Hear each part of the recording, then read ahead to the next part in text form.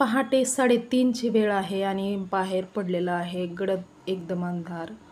आणि इथे बघा किचनमध्ये ना थोडंसं मी चेंजेस केलेलं आहे. तर इथे अगोदर भरण्या वगैरे असायच्या, तर मी तिथे मिक्सर ठेवलं आहे, कारण की मिक्सर काढायला खूप मला अडचण होत होती अगोदर. त्यामुळं ना भरण्या उचलून मी ह्या साईडला ठेवल्यात आणि जिथं बोर्ड आहे तिथेच बरोबर मिक्सर ठेवलं आहे. याच्यामुळे ना थोडंसं मला किचन थोडंसं मोकळं झाल्यासारखं वाटतं आहे. आणि आता इथे बघूया टाईम किती झाला आहे. तर हे बघा 3:40 झालेले आहेत. तर गुड मॉर्निंग फ्रेंड्स, कसे आहात तुम्ही? आय होप तुम्ही सगळे सुखी आणि स्वस्त असाल. मी दीपाली तुमचं पुन्हा एकदा मनापासून स्वागत करते माझ्या नवीन एका छानशा ब्लॉगमध्ये. तर फ्रेंड्स, पहाटे उठल्या ना अगोदर ना चेहऱ्यावरती थंड पाणी असं मारलं ना तर कुठेतरी झोप जाते. आणि असं पण ना काल मी दुपारच्या टायमाला थोडा वेळ आराम केला होता, म्हणजे 1-2 तासासाठी ना म्हणजे झोपली होती मी. तसं तर झोपायची सवय नाही, त्यामुळं ना झोप लागत नव्हती. पण एकदम झोप पण नसली ना माणसाला तर थोडंसं त्रास होत असतो. त्यामुळं मग मी ना जबरदस्तीनं डोळे झाकले आणि झोपले, तर अचानक मला झोप लागली. तर 1-2 तासासाठी झोपले होते काल, त्यामुळं ना आज उठायला थोडंसं फ्रेश वाटत होतं. नाहीतर ना काल पहाटेच्या टायमाला उठायचं म्हणलं ना तर हिंमतच होत नव्हती. आणि माणसाला ना कमीत कमी 6-7 तास तरी झोप भेटलीच पाहिजे. आणि 6-7 तास जर झोप नाही भेटली ना तर कुठेतरी तब्येत खराब व्हायला सुरुवात होते. त्यामुळं ना दुपारची झोप गरजेची आहे माझ्यासाठी. आता 3:30ला तर उठणं हे म्हणजे जबाबदारीचं काम आहे माझ्या, कारण की डब्बा बनवून द्यावा लागतो. त्यामुळं मला 3:30ला उठावंच लागतं. पण असं तर नॉर्मली ना 5-5:30 वाजेपर्यंत उठलं तरी पण चालत असतं. पण मला डब्बा द्यायचा असतो, त्यामुळं मग मला लवकर उठावं लागतं. पण जर मी दुपारच्या टायमाला जर आराम केला ना तर थोडंसं पहाटेच्या टायमाला 3:30ला उठायचं म्हणल्यावर जास्ती तकलीफ होणार नाही, हे मला काल कळून आलं. मला एवढे दिवस वाटायचं की एवढं थकल्यासारखं का होतं आहे मला, आणि म्हणजे बॉडी पेन वगैरे का होतं आहे, थकल्यासारखं का होतं आहे, हे मला कळत नव्हतं. पण काल जेव्हा मी दुपारची झोप घेतली ना तेव्हा आज म्हणजे अजिबात थकल्यासारखं वाटत नाही, एकदम फ्रेश वाटतं आहे. त्यामुळं आज समजलं की माणसाला ना थोडंसं आराम पण गरजेचंच आहे. तर आता इथे मी उठली आणि त्यानंतर किचन पूर्ण पुन्हा एकदा स्वच्छ पुसून घेतलं. तसं तर रात्रीचं किचन क्लीन केलं होतं, पण पुन्हा एकदा ओला कपडा पुसून म्हणजे घेतलं, शेगडी वगैरे सगळं. आणि त्यानंतर ना मग करते आता इथे डब्याची तयारी. तर इथे पीठ मळून घेते अगोदर आणि पीठ साईडला ठेवून देते आणि त्यानंतर ना मग भाजीची तयारी करते, जेणेकरून ना पीठ म्हणजे 10-15 मिनटं ना व्यवस्थित असं भिजतं. आणि थोडंसं म्हणजे मुरलं ना पीठ तर चपात्या जरा चांगल्या येतात. त्यामुळं अगोदर उठल्या मी पीठ मळायचंच काम करून घेतलं. त्यानंतर आता कांदा कापायचा, बटाटा कापायचा हे चालू असतं. आणि एकदाशी भाजीला फोडणी दिली की मग काय टेन्शन जातं सगळं. बाकी चपात्या भाकरी वगैरे हे तर आपण आरामात बनवू शकतो, पण मेन काम ना भाजी बनवायचं असतं. तर आता इथे कांदा वगैरे कापून झालेला आहे आणि नंतर टोमॅटो कापते. आणि एक महत्त्वाचं हे की ना प्रत्येक गृहिणीला ना रोज तेच काम करून ना कंटाळा आलेला असतो, खरं आहे की नाही हे.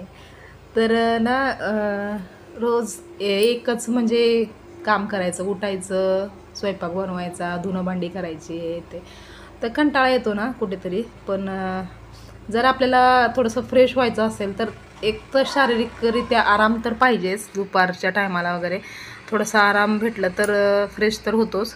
पण त्याचबरोबर ना जे आपण रोजचं जे आपल्या घरामध्ये आपण पाहतोय ना तर तेच नेहमी पाहिलं ना तरी पण कंटाळा येत असतो. त्यामुळं ना थोडंसं घरामध्ये काहीतरी चेंजेस केलं, काहीतरी म्हणजे नवीन वस्तू तर घेतल्या तर अजूनच चांगलं आहे. पण जर नवीन वस्तू घेणं नाही झालं तर ना घरामध्ये थोडंफार म्हणजे इकडची वस्तू तिकडं, तिकडची वस्तू इकडं, अशा प्रमाणात जरी आपण काहीतरी केलं चेंजेस ना तरी पण थोडंसं मूड फ्रेश होतो आणि काम करायला आळस येत नाही अजिबात.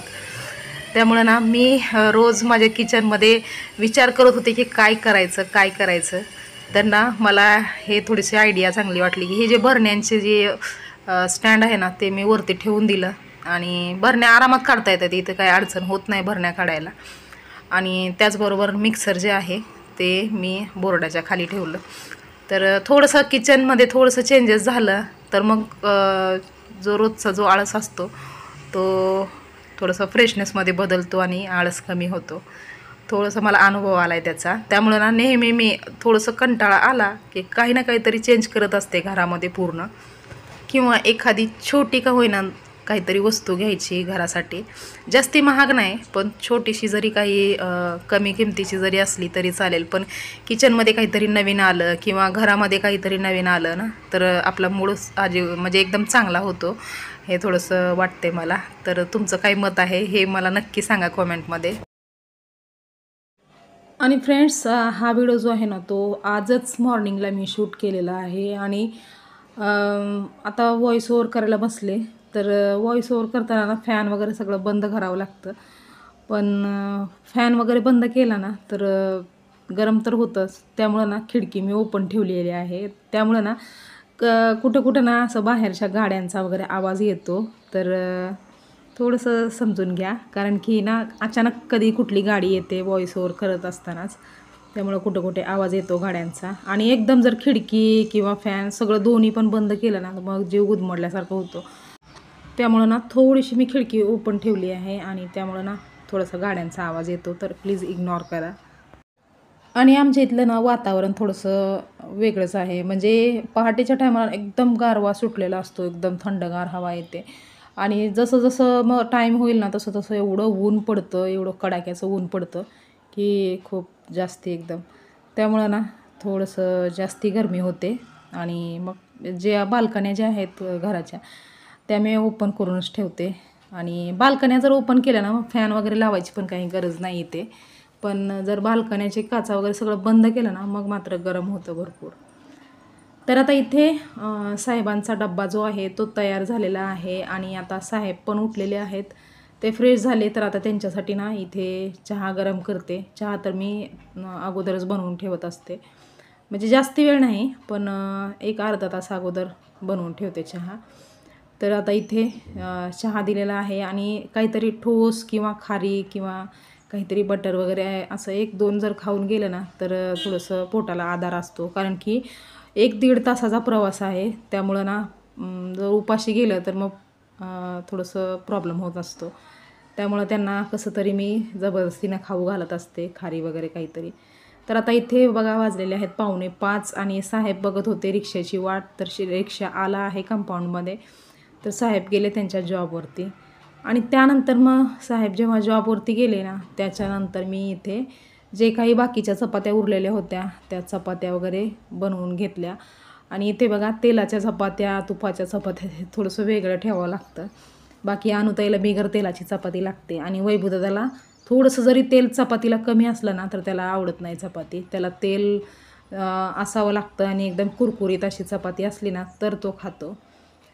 तर आता इथे चपात्या वगैरे बनवून झालं आहे आणि जे काही पसारा वगैरे होता तो सगळा मी काढून ठेवला आहे. आणि आता ना हे सगळं घासून धुवून काढायची वेळ आलेली आहे. तर आता गॅस स्टोव पूर्ण व्यवस्थित असं घासून घेते. तर इथे बघा काथ्या जो आहे ना तो स्पॉन्जचा आहे आणि त्यामुळं ना स्क्रॅचेस वगैरे पडत नाहीत.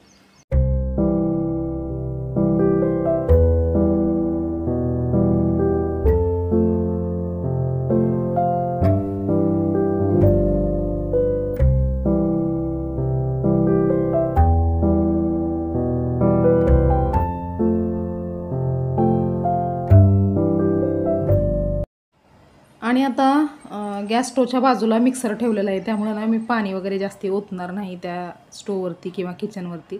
तर ना अशा प्रकारे ना मी पूर्ण डस्टर पिळून स्वच्छ असं गॅस स्टोव पुसून घेतलेला आहे आणि किचन पण घासलेलं होतं तर त्याला पण ना कपड्यानेच पुसून घेतलेलं आहे. हे भिंती वगैरे सगळं ना व्यवस्थित असं पुसून घेतलेलं आहे. आणि थोडंसं जर ना ही व्हाईट कलरची भिंत आहे त्याच्यामुळं थोडंसं एखादा जरी डाग पडला ना तेलाचा तरीसुद्धा ठळठळीत उठून दिसतं. त्यामुळं ना मला रोजच्या रोज हे किचन ओटा वगैरे सगळं क्लीन करावं लागतं. त्यानंतर ना इथे स्वयंपाकासाठी जे काही भांडे काढले होते ते पटापट क्लीन करून घेते.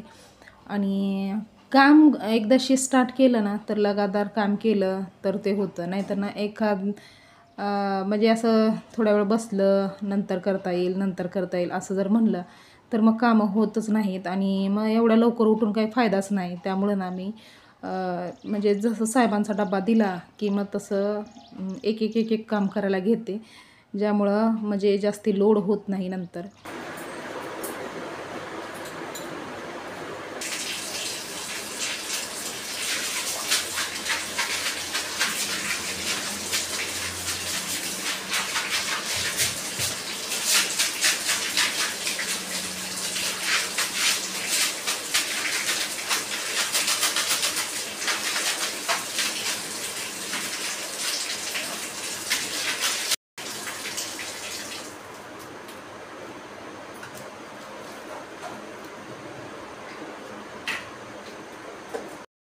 त्यानंतर इथे पिण्याच्या पाण्यासाठी मी हंडा एक भरून ठेवला आहे, घासून स्वच्छ भरायला लावलेला आहे. तर आता तो हंडा भरायला थोडासा वेळ लागतो, कारण की ॲक्वाचं पाणी जे आहे ते थोडंसं स्लो पण येतं आणि टाकी 2 वेळा भरावी लागते, तेव्हा तो हंडा भरतो. म्हणजे एकदा भरलेली टाकी पूर्ण खाली होते, त्यानंतर पुन्हा भरावी लागते आणि पुन्हा पूर्णपणे खाली होते, तेव्हा तो हंडा भरतो.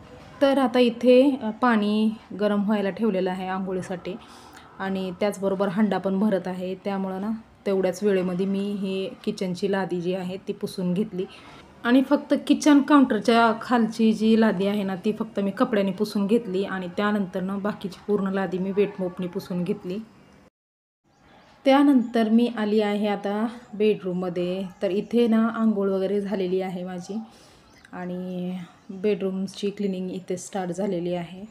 तर आज मी हे म्हणजे जुनंवालं बेडशीट आहे ते मी इथे सेट केलेलं आहे. हे ना कधी तरी मी हे बेडशीट वापरते, नाहीतर ना दोनच, एक गुलाबीवालं आणि एक चॉकलेटीवालं हे फिक्स आहे, कारण की एकदम मऊसूत आहे त्यामुळं. आणि बाकी हे जे बेडशीट आहे ना हे जुनं आहे आणि थोडंसं म्हणजे हलकं आहे, हलक्या क्वालिटीचं आहे. पण आता हे असंच वापरून फाडायचं आहे, त्यामुळं ना मी कधी तरी असं मनात आलं तर हे पण बेडशीट यूज करते, कारण की अजून चांगलं आहे ते, एवढं पण काही खराब नाही झालेलं. पण एवढंच की हे जे चॉकलेटीवालं बेडशीट आहे ना, हे चॉकलेटीवालं आणि जे पिंकवालं बेडशीट आहे ना त्याचं ना एकदम कपडा जो आहे तो एकदम मऊ आहे, त्यामुळं तेच दोन्ही पण मी सारखं यूज करते. तर आता इथे ही रजाई जी आहे ना हे मी थोडा वेळ बाहेर सुकायला टाकली आहे, कारण की असं पलंगाच्या बॉक्समध्ये ना ठेवून सारखं ना थोडंसं कुठंतरी कुबट असा वास आल्यासारखा येतो. त्यामुळं ना थोड्या वेळ असं हवेत टाकलं ना तर जरा सुकतं आणि जो काही कुबट वास आहे तो निघून जातो. त्यामुळं ना आणि हे थोडंसं म्हणजे जाड वगैरे असतं ना, त्यामुळं हे वाकळा किंवा पांघरायचं हातरायचं हे कधी तरी असं उन्हामध्ये टाकलं ना तर जरा चांगलं राहतं. नाहीतर ना वाकळं पण एकदम असं सारखं कोंडून ठेवल्यासारखं कपाटामध्ये ठेवलं ना तर त्याचा पण वास यायला चालू होतो. त्यामुळं ना आज जरा चांगलं ऊन पडलं होतं आणि रोज तर ना थोडं का होईना, बारीक का होईना पाऊस चालूच आहे, पण आज फायनली एकदम चांगलं ऊन पडलं होतं. त्यामुळं मग मी ते सुकायला टाकलं बाहेर. आणि त्यानंतर आता इथे थोडंसं क्रीम आणि टिकली वगैरे लावून घेते, कारण की आंघोळ वगैरे केली तर कुठेतरी टिकली वगैरे पडलेली असते तोंड धुताना वगैरे. त्यामुळं अगोदर मी आंघोळ केल्या ना अगोदर टिकली राहिली का पडली ते बघते आणि थोडंसं क्रीम वगैरे लावलं तर मग जरा फ्रेश वाटतं. बाकी जास्ती मेकअप वगैरे मी करत बसत नाही. मेकअप करायचं मला ना आवड नाहीच अजिबात. फक्त क्रीम, टिकली आणि थोडंसं सिंदूर लावला तर झाला माझा मेकअप वगैरे. आणि हे डोक्याला जे बांधलेला कपडा आहे तो अगोदर सोडून घेते, कारण की जास्ती वेळ जर ठेवला तर ना मग डोकं दुखायला चालू होतं माझं. आणि आज जी ही साडी घातलेली आहे ना ही कॉटनचीच आहे आणि याचा कलर वगैरे आणि डिझाईन वगैरे चांगली वाटली होती मला, त्यामुळे मी घेतली होती. पण याला ना जास्त दिवस असं जर ठेवून दिलं ना तर ही लवकर खराब होईल असं वाटतं आहे मला. त्यामुळं ना मग आता ही रोजच्या वापरामध्ये काढलेली आहे ही साडी, कारण की कॉटनची आहे त्यामुळं जास्ती जड वगैरे नाही. आणि पण मी ना काहीतरी कार्यक्रमात वगैरे घालता येईल यासाठी आवडीनं घेतली होती. पण कॉटनची साड्या ना जास्ती दिवस जर आपण असं ठेवून दिल्या घड्या करून तर ना कुठंतरी असं त्या साड्यांना चीर वगैरे पडण्याची शक्यता असते. त्यामुळं ना ते साड्या वापरलेल्याच बऱ्या, कारण की वापरून तरी कमीत कमी आपली हाऊस फिटल. तर आता अंघोळ झाली, बेडरूमची क्लिनिंग झाली आणि मी आता आली आहे डायरेक्टली किचनमध्ये. आणि रोजचं कसं असतं माझं, की अगोदर मी पूर्ण घराची लादी वगैरे पुसून घेत असते. पण आज ना ते केलं नाही, कारण की आज दोन्ही पण मुलांना ना थोडंसं लवकर जायचं आहे. त्यामुळं ना अगोदर मी इथे त्यांचा नाश्ता आणि त्यांचा डब्बा वगैरे बनवण्याची तयारी करते. कारण की हे लादी पोछा वगैरे हे नंतर करता येईल. पण त्यांना वेळेवरती डब्बा भेटणं आणि नाश्ता भेटणं हे खूप महत्त्वाचं आहे. त्यामुळं मी अगोदर हे करून घेणार आहे. आणि इथे ना जसं मी ते साखरेचा डब्बा काढला ना, तसं तिथे बघितलं की एक फुलपाखरू होतं. तर साखरेचा डबा काढल्या ना ते फुलपाखरू उडून ना वॉश बेसिनमध्ये जाऊन बसलं. तर मी ना तिथं छोट्या वायपरनी त्याला हाकलत होते. तर कधी-कधी ना असं येतं फुलपाखरू वगैरे घरामध्ये. आणि संध्याकाळच्या टायमाला ते बारीक-बारीक किडे वगैरे असतात ना, ते लाईटीच्या भोवताली वगैरे, ते पण कधी-कधी येतात. कारण की इथं ना गवताळ वातावरण आहे सगळीकडे. त्यामुळं ना कधी-कधी ते लाईटीवरचे किडे पण येतात अचानक.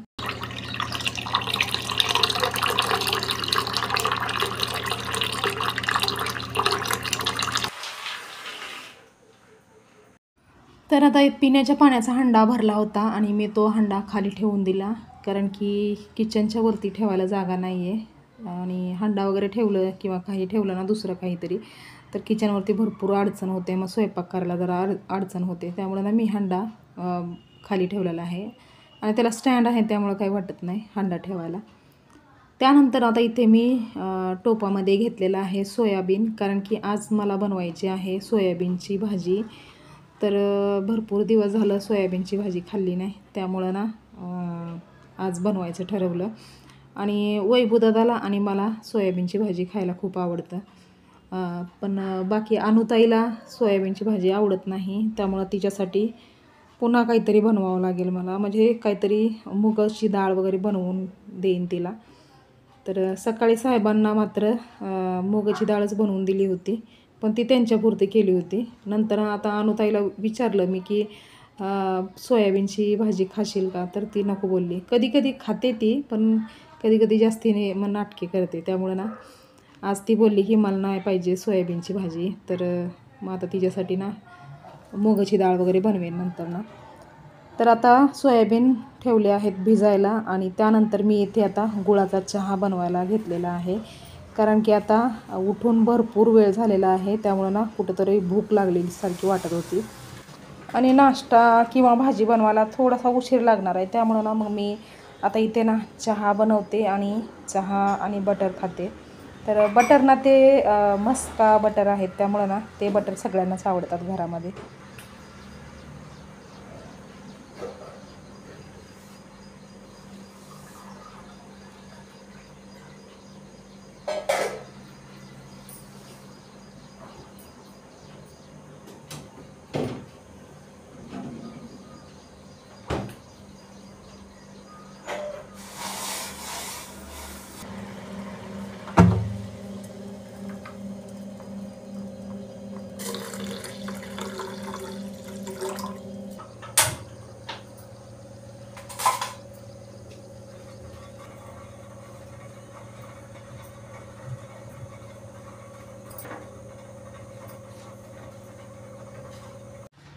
आणि आता इथे चहाला उकळी येईपर्यंत मी ना नाश्त्यासाठी म्हणजे आज पोहे बनवायचे आहेत नाश्त्याला, तर त्यासाठी ना मी कांदा कापून घेते.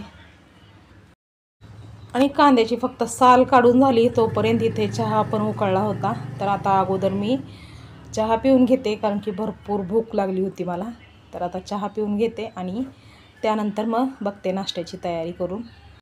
आणि आज बऱ्याच दिवसाच्या नंतर पाऊस नव्हता सकाळच्या टायमाला, त्यामुळं ना बाल्कनी जी आहे ती ओली झालेली नाही, सुकी सुकी आहे. त्यामुळं ना आजचा चहा जो आहे तो बाल्कनीत बसूनच प्यायचा आहे. कारण की पावसाळा जसा स्टार्ट झालेला आहे ना, तसं म्हणजे बाल्कनीमध्ये बसायलाच भेटत नाही जरा पण. त्यामुळं आता सकाळची चहा बाल्कनीमध्ये. तर चला बाल्कनीमध्ये. आणि सकाळच्या अशा पॉझिटिव्ह वातावरणामध्ये ना बाल्कनीत बसून चहा प्यायचं ना थोडासा वेगळाच आनंद असतो. आणि खूप छान वाटतं खरंच. एकदम असं थंडगार हवा असते आणि नॅचरल वातावरण, त्यामध्ये ना चहा प्यायला खूप छान वाटतं.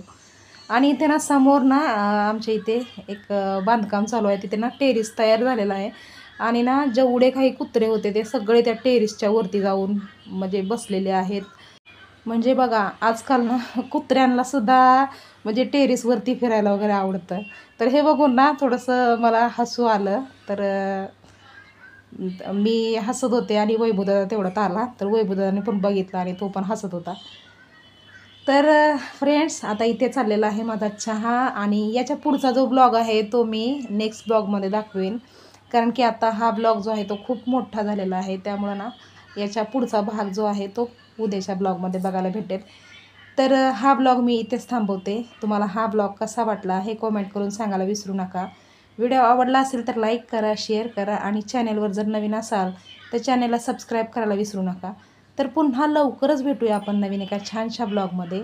तोपर्यंत स्वस्त राहा आणि मस्त राहा. बाय.